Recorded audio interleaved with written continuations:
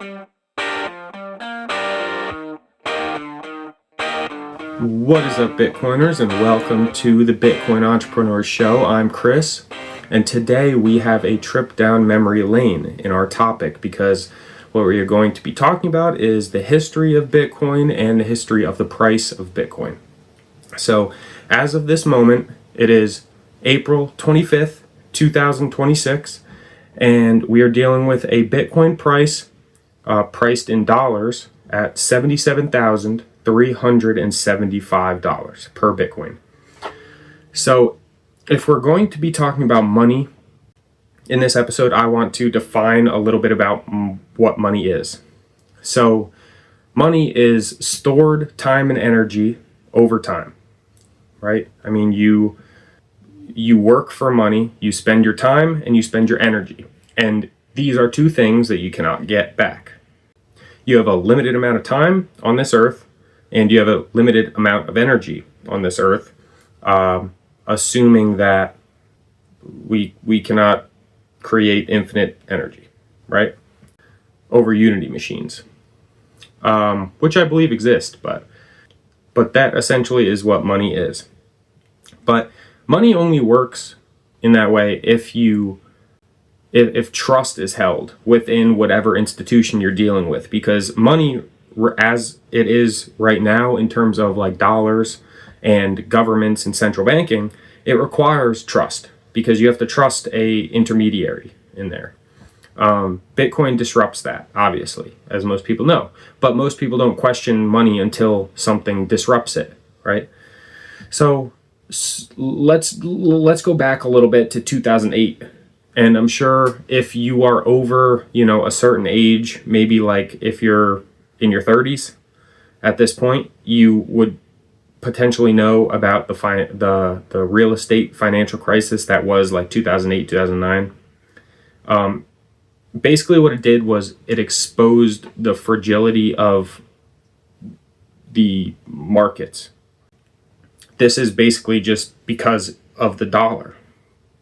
What we have is a scenario where banks are taking like excessive risks and then they get bailed out and the currency supply increases, and then so you have like massive long-term dilution of the money in terms of like the purchasing power. So people lost a ton of money during the financial crisis because in 2008 and 2009 because the real estate market went down. So this just so happens to line up with the creation of Bitcoin and the creation of the Bitcoin white paper. So basically what happened is Satoshi Nakamoto, who is the creator of Bitcoin, he published, I say he, but who knows, right? Could be anything. Publishes the white paper like right after this financial banking crisis or real estate crisis in 2008, 2009. So the idea in this was to make a peer-to-peer money without intermediaries, no longer having to go through central banks and have a bunch of different steps to take and inefficiencies. And a massive part of Bitcoin that is a core difference would be the fixed supply at 21 million coins and versus the fiat supply that's just completely unlimited, essentially, because it's just based off of printing. So in January 2009, you had the Genesis block of Bitcoin, so meaning the first block. There was a headline that was embedded within this block on the blockchain, and it was a direct reference to the current system. I could put that up right here, what the quote was. This was the foundation of Bitcoin. This was the early beginnings of the Bitcoin network. So what the Bitcoin network is a accumulation of many people trying to create some sort of e-cash, some sort of peer-to-peer network through the cypherpunks. And what they were trying to do is create exactly what I said, a peer-to-peer network without intermediaries. So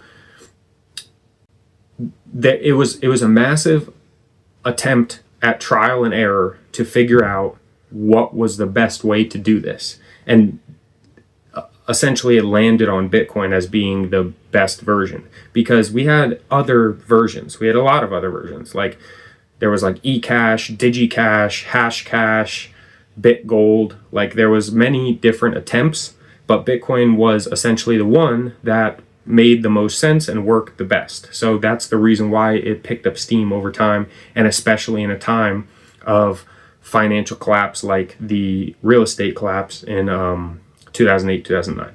So the first valuation of Bitcoin was 2010.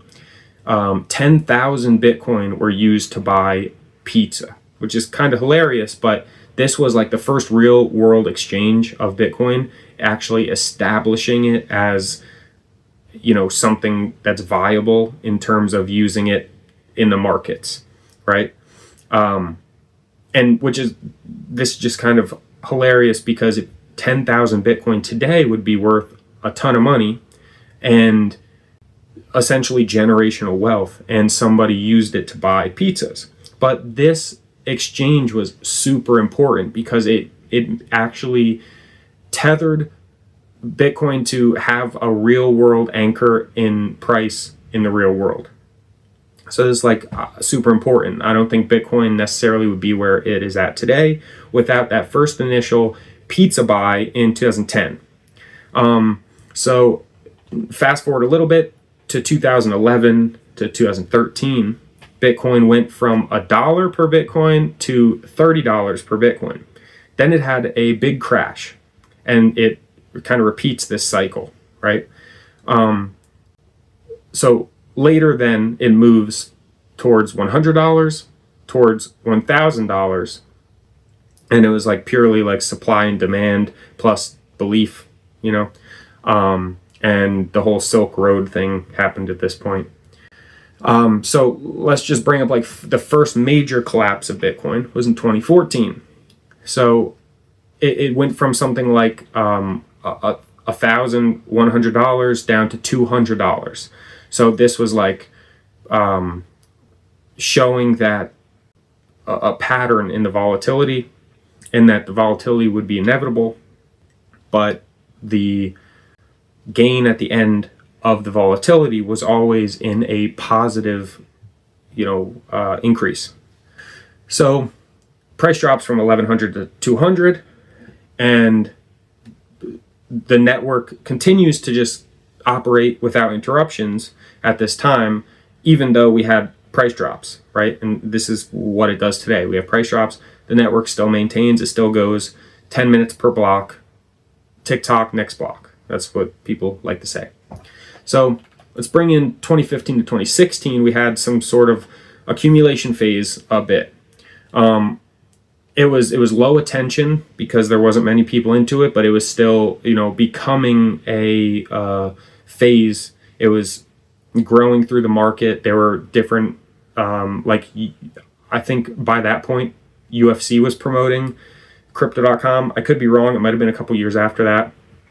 Either way, like it was a low attention period, but the network was still operating as usual. Developers continued to keep the infrastructure improving, and long-term holders kept, hodling, right? You've heard that term. The early Bitcoiners, there's a lot of them that still just hold. They like to call them whales nowadays.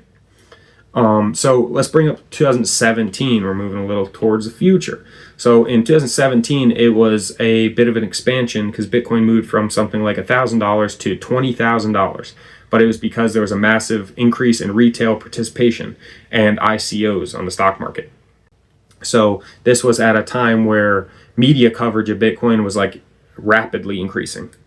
So then we're fast forwarding a little bit here to 2018 to 2019. And I apologize, I'm looking at my notes here because I wanted to have this as like a structured timeline. So 2018 to 2019, the price dropped from around 20,000 to around 3,000. It was, a lot of the speculative companies that were around, a lot of them failed, projects failed. This is, normal type stuff in a new emerging market, but it was a time of volatility. But in a real world sense, as it was more than just a little peer-to-peer network at this point in 2018, 2019. So then you get to the 2020s. This is where you get to like the institutional type phase from 2020 to 2021. Because at this point, you had money printing increased, you had inflation. So then Bitcoin ended up being way more into the narrative of the social media, because you start to realize, and a lot of people started to realize, that the stock market was having a great year, yet everybody was losing money. And so it just kind of shows the manipulation, but at the same time, it shows the money printing and the valuation of your dollar going down because of the money printing and the increase in the M2 money supply. So also within this time period of 2020 to 2021, MicroStrategy adopts Bitcoin as its treasury strategy. So that's the company now known as Strategy, and it's Michael Saylor's company. You might have heard of him. If you're into Bitcoin, you've probably heard of him, right? He owns more Bitcoin than BlackRock at this point. And I also own his STRC fund as well as his MSTR Common Equity Fund. So I'm a big Michael Saylor fan. So also Tesla allocated some capital to Bitcoin at this point. PayPal integrated crypto at this point, and Bitcoin reached the all-time high around this time at 69,000. So let's fast forward to 2022. There was many things that happened during this time in terms of like failures of leverage systems, and one of them was like FTX, Terra Luna, and probably some others, but those were on my list. The price kind of unwound and went from about 69,000 to 15,000. So this was, a dip, but the TikTok next block, the blockchain keeps moving. Bitcoin keeps moving. This is the volatility of the Bitcoin. But it's also a feature in the Bitcoin, which is like good. You'd want this volatility because that means people can make money on it. And not just people, but like institutions. So this just would increase the adoption. So at this point, people are starting to realize that we have US dollar supply increases, which would mean like long-term devaluation of your purchasing power in your dollar, and the Bitcoin supply is fixed, and so it acts as like a constant reference point. So people are starting to understand this, and this is a point where Bitcoin starts to pick up in terms of people actually understanding it as what it is and not conflating it to what it's not, like a shitcoin or just basic cryptocurrency. If we just compare real quick Bitcoin versus like real assets, real world assets, in the early 2010s, an average home would equal something like 20,000 Bitcoin. So then you go 10 years later to the 2020s, a similar home would equal about 5 to 10 Bitcoin. Is based on the volatility, obviously. So the price of assets increase in USD and lower in terms of Bitcoin. So it's all about how your dollar amounts are staying the same, but their purchasing power is decreasing. So then real world assets like houses are going up in price. But Bitcoin, it's kind of the opposite. Bitcoin's going up in purchasing power because against the dollar. So then houses are getting cheaper over time in terms of a Bitcoin standard. So this is like super important because that's what's supposed to happen in like a free market, right? But we don't live in a free market because all of our value and productivity is going up, but the purchasing power we have is going down. So we can't even, that shouldn't make sense, right? And this is all based because the Bitcoin network has a fixed supply, a predictable issuance, and fiat has a variable supply, and it's all policy driven, and they won't stop printing. And it's 4/25/2026.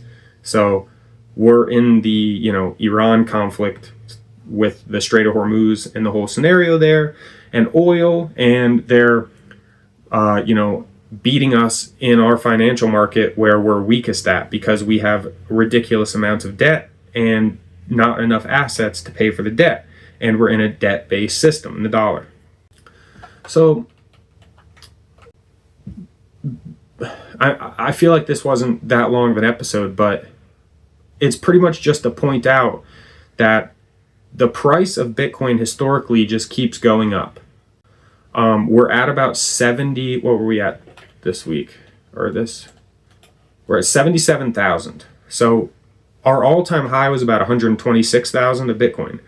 But we're in one of those phases where it went from 60 something thousand to 126,000. Now we're back at 77,000. This is the volatility. So if we're just going to go off of the history of the Bitcoin, if we're going to go off the Bitcoin history, we are in the dip part of the volatility. So if you just extrapolate a few years into the future, 5-10 years, that means that money printing is going to happen, because we are into this crazy scenario with Iran right now about the oil, and the oil is a backbone of our economy. So we're in a massive deficit, and we're not able to get the commodities that we need to be able to run the country, monetarily. So we have no choice at this point other than to print money. So the U.S. is going to print money, and if that's the case, the purchasing power, the devaluation of your money in dollars is going to go down. So then Bitcoin price is going to go up. And we might see a new all-time high this year. We still have, 8 months left? So, or 7 months left, because we're almost at the end of this month. But you get my point here. If you're a Bitcoiner, you understand my point. And if you're not, I hope this video kind of helped you. And also, I hope my channel helps you in general, because this is the point here. I'm trying to just have my ranting ways. I might not be that entertaining, but I'm trying to just give you facts. I'm trying to hit you with these ideas here so you can think for yourself. Because again, Bitcoin entrepreneurs are going to be the ones that are, engineering a better world. And that's my motto. It's also a motto from MIT. It's also a motto from Michael Saylor himself, the GOAT. So with all that being said, it's beneficial to you, your family, your loved ones, everybody in the network to get into Bitcoin. So for example, my mother, I just got her into Bitcoin literally today. I got her into Bitcoin today before I started this video. So she is now self-sovereign. She bought herself a Tangent cold storage wallet, and I was able to transfer her money over there. And so now she is a sovereign individual. She's out of the system of dollars in terms of what she is saving for the future. And we're going to get my dad on the same boat very soon.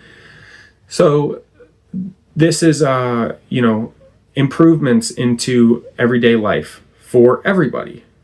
When my mom bought Bitcoin, when my dad buys Bitcoin, when I buy Bitcoin, putting it into cold storage, keeping it safe on something like a Tangent wallet, right? And you can get Tangent wallet 10% off in my bio with my code.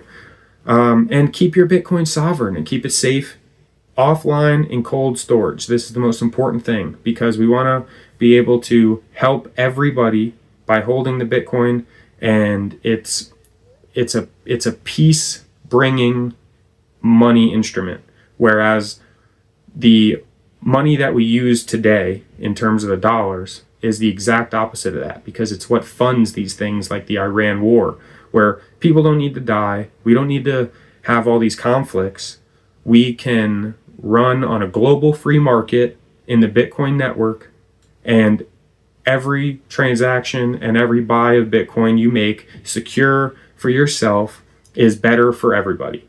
And that's really just like the Bitcoin way. And that's exactly how we can change the world and help the world, for the better. Engineering a better world with Bitcoin. And that's my whole message here on this channel, and that's why I want to spread the word of Bitcoin, and I want you to spread the word of Bitcoin as well.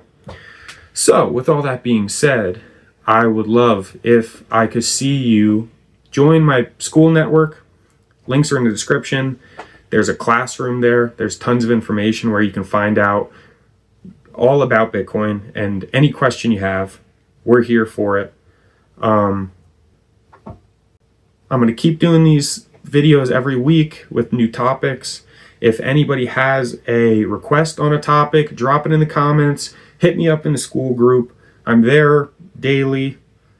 And if you like these ranting kind of style podcasts on Bitcoin, then hit subscribe button and hit the like button also, because it really helps the algorithm here, and it helps just grow the Bitcoin network here. That's our main goal here. I appreciate all of you. Get your 10% off on your Tangent wallet if you want in the description. All the links are in the description. You can also get a Ledger wallet to keep your Bitcoin safe. We just want to help you keep your Bitcoin safe. Thanks for watching. I'm not stopping. Thank you all. Appreciate you. Peace.